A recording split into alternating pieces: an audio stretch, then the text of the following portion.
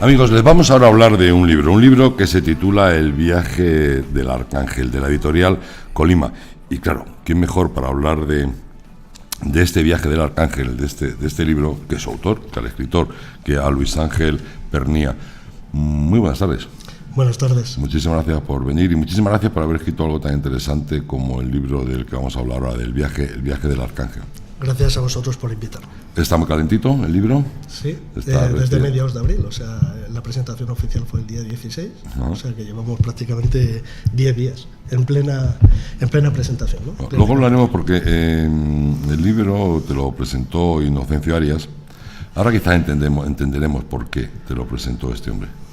Pues hombre, la verdad es que tuve el tremendo honor y la tremenda fortuna de contar con su inestimable presencia. Inocencio, como gran parte de los oyentes, o la inmensa mayoría de los oyentes sabrán, es una persona que ostentó y representó muy altos cargos políticos, además con gobiernos de diferente signo, lo cual es síntoma de su gran valía y su gran nivel de diplomacia. Perdón. Entonces, el contar con este hombre para la presentación fue para mí todo un honor. Básicamente, de los altos cargos que representó, probablemente lo más interesante desde el punto de vista, enlazando con la novela, fueron los años que estuvo representando como embajador de España en la Organización de Naciones Unidas, en la ONU. Y de eso vamos a hablar. Vamos a hablar de la ONU, porque realmente gran parte de tu novela... Vamos a aclarar que indudablemente es una novela, pero una novela en lo que tiene mucho trabajo de investigación. Y el tema empieza precisamente en la sede de la ONU, cuando su secretario general, un personaje se llama Nelson da Silva, intenta decir, bueno, ¿y qué hacemos con la ONU? Realmente, ¿qué es lo que hace la ONU? Se escandaliza y pretende cambiarlo. Efectivamente. Vamos a ver, yo creo que todas las personas, o la inmensa mayoría de los ciudadanos, tenemos una opinión formada sobre diferentes instituciones que gobiernan y dominan este mundo, ¿no? La ONU en su origen se creó en teoría, para defender los derechos humanos y para velar por la seguridad nacional y por la paz internacional, ¿no? Otro de los objetivos que tenía esa ONU es ser un foro donde todos los países se pudiesen exponer las diferentes problemáticas que tiene el mundo e intentar buscarles una solución, ¿no? Desde el mismo momento que en ese organismo, con esos objetivos tan loables que tiene, crea un Consejo de Seguridad en el que una serie de miembros tienen el derecho de veto, se entorpece, se prostituye, por decirlo de alguna forma la idea original, clara y que nos entienda todo el mundo, no cumple el objetivo para el que se creó ese organismo internacional, ¿no? Y desgraciadamente, desde hace muchas décadas ya, estamos viendo que no funciona correctamente, debido a ese gran poder que tienen esos países. Es fácil criticarlo, pero probablemente si no fuera por la intervención de todos esos países, hoy estaríamos todos probablemente levantándonos y saludando con la mano alzada. Hay que atribuir el mérito que cada uno tiene. Algún mérito ha tenido, pero evidentemente. Pero tenemos que avanzar. Vamos a decir que la novela tiene dos partes claramente diferenciadas. Una primera parte en la que expones determinadas organizaciones, como puede ser la ONU, como he mencionado, como puede ser la Iglesia, que ahora la tocaremos también, el intento de que las cosas funcionen como Dios manda, que realmente que cumplan el cometido para el que en un principio se intentó cuando nacieron. Y luego tienes una segunda parte que está tremendamente más novelada y que de alguna forma es lo que realmente podría ocurrir y que quizás vamos a tocar menos porque es más del interés de leer tu libro. Y entramos en la Iglesia. Hemos hablado la ONU, lo que debiera de haber hecho, lo que hace. Tiene su cosa buena, que duda cabe, pero no absolutamente todo lo que debiera hacer. Y entramos en la Iglesia, como un Estado tan pequeño, el más pequeño del mundo, con mucha diferencia, tiene la influencia y la fuerza que tiene. Efectivamente. Estamos hablando de que es un país, porque es el país más pequeño del mundo, no tiene ejército, no tiene industria, y en cambio está detrás, unas veces de manera visible y otras de manera soterrada, pero está detrás de todos los grandes acontecimientos y todas las grandes negociaciones que se producen en el mundo. Estamos hablando que es una religión que representa a muchos muchos millones de personas. ¿De acuerdo? Estamos hablando de que el 17% de la población de este planeta profesa esa religión, ¿de acuerdo? Entre otras cosas, yo me incluyo en ello. Aunque lo critique, soy creyente, ¿de acuerdo? ¿Cuál es el tema? Vamos a ver, mira, por recapitular un poquito, esta novela se escribió, ha sido escrita para conmover conciencias y sobre todo para remover actitudes con fe. Buen fin. Todos, como he mencionado antes, todas las personas, todos los ciudadanos tenemos en mayor o menor medida una opinión formada sobre las instituciones que dirigen este mundo.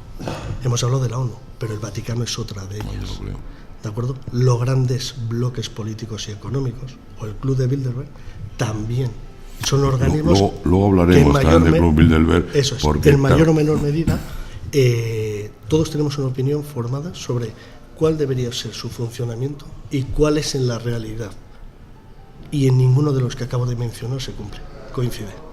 Eso es lamentable. Para la inmensa mayoría, digo inmensa mayoría por ser respetuoso con aquel porcentaje o con aquella pequeña proporción de gente que no piensa así, pero desde mi punto de vista diría que todo, absolutamente todo el mundo, tenemos una opinión de cómo debería funcionar y en ningún caso se cumple con ninguno de estos organismos. Hombre, lo hemos comentado y fíjate que vamos a traer el tema, permíteme que traiga el tema un poco más a nivel local aquí en España. La crisis económica está ahí, es evidente, pero lo realmente problemático no es tanto la crisis económica que tenemos, sino como la crisis institucional que tenemos. Efectivamente. La falta de creencia en cualquiera de nuestras instituciones. Vemos los bancos europeos, vemos otro día estuvimos hablando, José Luis, el Banco Mundial. Entonces te vas dando cuenta de que cada vez que entra en una institución, caramba, pues sales desolado. Uno de los problemas de la ONU, si me permitís que meta un poquito baza, desde mi punto de vista, es que se ha inflado de organismos. Bajo la excusa o bajo su acción inmediata de los objetivos que tiene efectivamente, se ha ido inflactando de instituciones, el Banco Mundial, el Fondo Monetario Internacional, la UNESCO, un montón de organismos que se han ido creando bajo el paraguas de la ONU con la excusa, por lo menos con la justificación de cumplir con esa misión. Lo que pasa es que yo creo, y tengo amigos que han estado también bastante tiempo trabajando en la ONU, el tema está en que al final aquello se ha convertido en una colmena de funcionarios no vocacionales que están allí pues porque es un bonito medio de ganarse la vida, porque además da mucho prestigio y mucho dinero trabajar en Naciones Unidas. Pero aquello se ha inflactado de funcionarios y de tal. Al final, ¿quién maneja el cotarro? Pues maneja, entre otras cosas, los que lo están pagando, que son los americanos y los rusos, básicamente, bueno, alguno más, claro. Y por lo que se refiere a la Iglesia es que es un estado pequeñito, efectivamente, el Vaticano, pero tiene la red territorial más importante del universo. Efectivamente. Mira, encadenando con lo que acaba de decir y con lo que has mencionado tú en la situación del país. Y las dos cosas van muy de la mano. No podemos simplemente limitarnos, es lo que intento transmitir también en el libro, en la novela. Es responsabilidad de cada uno de nosotros actuar. No podemos limitarnos a criticar a los poderes políticos porque no hagan esto o no emprendan aquella actuación. Totalmente de acuerdo. De donde tiene que radicar el cambio de actitudes de cada uno de nosotros a nivel particular, a nivel reflexivo. De una manera reflexiva e íntima tenemos que ver cuál es nuestro granito de arena para aportar. ¿Y qué es lo que podemos hacer nosotros? Que siempre podemos hacer algo. Eso está clarísimo. Tenemos que aportar algo. Mira, hace poco, lo mencioné el otro día, el día de la presentación, pero me pareció un comentario además de una persona, de un escritor, con quien comparto muchas de sus opiniones, ¿no? Que es Arturo Pérez Reverte. En este caso, don Arturo comentó y dijo: el principal signo, o por decirlo de alguna forma, antes España tenía una excusa. En las anteriores décadas, en los anteriores siglos tenía una década para no haber evolucionado, ¿de acuerdo? Pero hoy en día no. Hoy en día tenemos cultura, hoy en día tenemos internet, tenemos diferentes medios para educarnos. Pero como bien decía él, desde el mismo momento en el que la gente prefiere ver, con todos mis respetos, Sálvame a Salvados, algo no está funcionando desde mi punto de vista, ¿no? Está clarísimo. Algo no funciona. Entonces, ¿cómo vamos a tener un cambio de actitud con C si para un gran porcentaje de la población probablemente no le interese en la misma proporción, en la misma importancia que a otra parte el intentar solucionar y poner nuestro grano de arena en salvar? Es que ese cambio de actitud al que tú aludes, y que estoy completamente de acuerdo, tiene que salir de una toma de posición personal de cada uno de nosotros. Independientemente del signo político. No tiene nada que ver. Está hablando de eso. No, No tiene nada que ver, no tiene nada que ver ni el signo político, ni la creencia religiosa, ni nada de nada. Pero efectivamente tiene que responder a una toma de posición ante los problemas que nos rodean. Cada uno en el pequeño universo en el que nos movemos, pero es que no hay otra opción. No. Y eso solo se resuelve, ya lo decía Giner de los Ríos, con educación. Solamente la educación es capaz de ser motor suficiente para un cambio de cultura. Eso es. Y cada uno de nosotros lo que tenemos es que aportar nuestro grano. No vale con ampararnos o escudarnos precisamente en eso. Es que no comparto esta ideología del gobierno que está ahora mismo en el poder, si estamos hablando en el caso particular o particularizando en España, o es que gobierna aquel otro. No, que no, vamos a ver. Lo que intento transmitir con la novela es que tiene que haber un cambio de actitud para que la humanidad alcance el siguiente estadio de desarrollo, y eso no se localiza en un solo país, sino que estamos hablando a nivel interno reflexivo del propio ser humano. Cada país, cada nación tiene sus particularidades. Pero ¿sabes lo que nos falta? Liderazgo para eso. Probablemente. Pero lo que intento es primero partir de la base, es decir, que haya un cambio de actitud. ¿Cómo va a haber un cambio de actitud si cada uno no analiza los problemas? No es que no analice, si a cada uno le interesa desde muy poco a mucho los problemas que tiene la humanidad en sí. Cuando estamos hablando de los problemas de la humanidad, es 4 organismos que acabo de mencionar, que son los que en teoría nos tendrían que representar y nada más lejos de la realidad. Y aparte, uno de ellos, cuando estamos hablando del Club de Bilderberg, que probablemente lo tocaremos ahora, es ficticio. No es más que la cabeza de Turco visible para todo el Eso, resto. efectivamente, eso lo te quería plantear y comentar con el Club Bilderberg.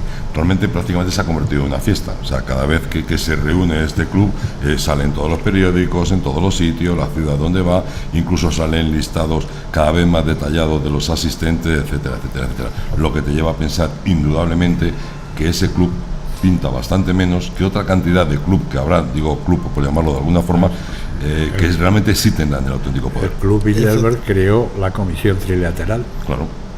precisamente para que fueran ejecutivos o ejecutores de las ideas que salían a pasear en las reuniones medio folclóricas, medio tal del Bilderberg. Efectivamente. Yo creo que el Club de Bilderberg lo que hace es una representación o una puesta en escena, probablemente sería el término más correcto, de lo que probablemente la inmensa mayoría de los ciudadanos pensamos que hay una negociación oculta de un grupo muy escaso de personas, muy escaso, no estamos hablando para nada de los 100 o 100 y pico que se nombran, que aparecen o que configuran el Club de Bilderberg, sino que estaremos hablando, en mi opinión, de un grupo mucho más reducido, y lo único que hacen es la cabeza de Turco. Es decir, todos los ciudadanos tenemos que tener, por decirlo de alguna forma, pagar los platos rotos de alguien, ¿no? Y tenemos que culpar a alguien de nuestros fracasos, probablemente como individuos, ¿no? a nivel de especie. Entonces no hay nada más sencillo que buscar un culpable. Si además nuestras iras las centramos en un grupo que teóricamente se supone muy poderoso y que es el que organiza las directrices hacia donde se va a encaminar el mundo, pues lo tenemos ya todo hecho, todo así de fácil. En mi opinión, no es más que una cortina, una absoluta cortina de humo, ¿no? Las decisiones se toman en una mesa probablemente como la que estamos ahora, en la que haya 8 o 10 personas. No creo que haya muchas más. Sí, iba a decir, no van a pasar mucho de 5. Entonces, es ahí donde se toman verdaderamente las decisiones. Probablemente gente desconocida, digo por desconocida, no gente popular. Efectivamente. No son gente que está en las revistas frívolas o en las revistas de no sé qué, no. No. Y probablemente todos tenemos en la cabeza quiénes pueden ser, ¿de acuerdo? Sus nombres. Normalmente son familias, no son nombres, son familias, ¿de acuerdo?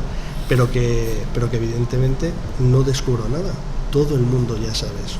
Entonces lo que no me gustaría es que nuestros oyentes se quedaran con el pensamiento de que esto es una opinión más de alguien que va a hablar sobre temas que ya han reincidido muchos otros escritores. No va por ahí esto. El viaje del Arcángel llega más allá, llega primero de lo que estamos hablando, que sí es importante leerlo y hacer una reflexión y recordar cosas, como dices tú, que todos sabemos, pero que viene bien el recordarlas y el leerlas. Y luego tiene, caramba, la lectura es fácil porque hay intriga, hay misterio, hay acción, hay escenas eróticas, tenemos de todo. Sí, tenemos de todo. Como la vida misma. La vida misma. Lo que se trataba de hacer, o lo que he pretendido hacer con el libro, es básicamente buscar la reflexión interna del lector. Pero sobre todo, no olvidemos una cosa, he intentado acceder al máximo número posible de personas, buscando su reflexión. ¿Por qué? Si yo hago un macroensayo, probablemente se quedaría en eso, y el porcentaje de lectores que lo leerían sería muy reducido. Lo que he hecho es intentar ponerle un envoltorio bonito al caramelo, que el caramelo puede ser de fresa, de limón o de naranja, y le podrá gustar a unas personas y a otros no, pero intento ponerle un envoltorio atractivo para que sea más digestiva su lectura, ¿no? Y sobre todo lo que acabo de mencionar, lo que busco además desde el primer momento, premeditadamente, es no dejar indiferente al lector, sino que tome partido y he buscado esa reflexión interna para que se posicione. Entonces, desde mi punto de vista, la novela va dirigida básicamente a dos grupos de personas, y por eso he intentado poner todos esos ingredientes que mencionas, ¿no? Que acabas de mencionar. El primer grupo de personas al que va dirigido es a todas aquellas personas que cuya conciencia se encuentra hastiada de ver tanta pobredumbre y tanta miseria en el mundo, ¿no? Guerras eternas, hambrunas inagotables de naciones enteras, fanatismo religioso en todas las partes del mundo, incluido el mal denominado primer mundo, mundo occidental, sobornos de cúpulas diplomáticas enteras, ¿de acuerdo? Entonces, todas estas personas que se encuentran hastiadas de todos estos casos en sus diferentes formas, creo que van a disfrutar de su lectura. Y sobre todo va dirigido para un segundo grupo de personas, que son aquellas que en clave positiva, porque no nos olvidemos que lo que busca esta novela es establecer un halo de esperanza. Entonces va dirigido para todas aquellas personas que quieran compartir conmigo la esperanza de un viaje a través de este mundo materialista, deshumanizado y falto de valores en su sentido más amplio y profundo, para compartir conmigo una esperanza de poder vivir una realidad futura diferente. La verdad es que nos merecemos algo más. El mundo puede ser mucho mejor de lo que es. Nos merecemos algo diferente que el futuro previsible, que muchas veces se dice que el futuro es muy imprevisible, pero cuando estamos hablando de grandes rasgos no podemos conformarnos con el futuro previsible y esclavista que nos encontramos ante todos nosotros. Tenemos que buscar otra cosa, y eso solo parte desde el cambio de actitud de cada uno de nosotros, y eso es lo que he intentado transmitir con la novela. Y el mundo puede ser mucho mejor, pero sí es cierto una cosa que comentabas antes, que no depende, no tenemos que quedarnos todos esperando, criticando si se hace mal y desesperándonos porque no se hace bien. Lo que tenemos que hacer es todos, en nuestra pequeña medida, es aportar algo, es luchar, es quejarnos, es protestar, es actuar, y dentro de cada uno de nosotros podemos hacer muchísimo, porque lo decías, eso también es muy importante. Tenemos información, hay más cultura, el acceso a la información es muy fácil, muy sencilla. También es cierto que en ocasiones pecamos de un exceso de información, lo que produce una desinformación, y no es jugar a hacer un trabalengua, pero realmente ocurre. Pero vamos, que es muy fácil enterarse de las cosas. Efectivamente. Es muy fácil enterarse de las cosas. Hoy día el que quiera puede tener información absolutamente de todo tipo. Mirad, todos los medios, y lo digo desde el máximo respeto, todos somos conocedores de la tendencia, desgraciadamente, de cada medio. Eso no debería ser así. Debería... Porque los medios de información no son libres, ninguno. Efectivamente, claro, porque todo el mundo escribe al dictado. Todos necesitan comer, todos necesitan pagar sus fuentes sus deudas, y por lo tanto todos tienen que tener sus fuentes de financiación. Eso es obvio y está claro, ¿no? Y todos lo entendemos. Es triste, es muy triste encontrarnos y vernos en esta situación, porque evidentemente el que intente buscar información a través de un solo medio de comunicación, probablemente tendrá una información y una visión del mundo sesgada totalmente. Pero no ocurre también, Luis, no está de acuerdo conmigo en que en ocasiones la gente lee, la gente oye, la gente escucha lo que quiere leer, oír y escuchar. Me explico, yo leo determinado periódico porque conozco perfectamente su tendencia y sé a quién van a poner a caldo y de quién van a hablar bien, que justo es lo que yo quiero oír porque justo es como yo pienso. Efectivamente, es indudable que cada uno de nosotros tenemos unas creencias. Lo mismo que tenemos unas creencias, tenemos una escala de valores, y dentro de nuestra escala de valores tenemos establecida una escala de prioridades. En función de cuál sea nuestra tendencia, no solo política, sino también a nivel social, en el entorno en el que nos movamos, pues probablemente actuaremos de una determinada forma que nos va a guiar no solo en recabar información, sino en nuestra forma de actuar, en nuestra forma de pensar y en nuestra forma de opinar. Yo lo que intento trasladar a las personas es lo siguiente. Muchas veces, y quiero poner un ejemplo que en absoluto tiene nada que ver, ¿no? Pero vamos a ver. Cuando una persona o cuando un pueblo está pasando grandes penurias, al final se está creando un caldo de cultivo para que la chispa estalle. Y en el momento que estalle la chispa, ¿de acuerdo?, ya todo el mundo se sube al carro. Esto lo hemos vivido recientemente en España. Yo lo que estoy tratando de decir es que cada uno, desde nuestra reflexión, aportemos nuestro granito de arena, pero a nivel ya no solo local, y entiendo por local a nivel de España, sino que cada uno aportemos con nuestra forma de ser una actitud. A base de aportar ese grano, al final crearemos esa tendencia, ese movimiento, que no tiene que estar materializado en un determinado partido político, sino en una forma de saber estar por el mundo y caminar por el mundo. Y al final los dirigentes se harán eco de esa tendencia que ellos vean. Y al final podremos obtener, o es el sueño iluso que tengo, como me definió Inocencio Arias, pues a lo mejor es una visión demasiado optimista de que al final obtengamos dirigentes como realmente los ciudadanos nos merecemos, ¿no?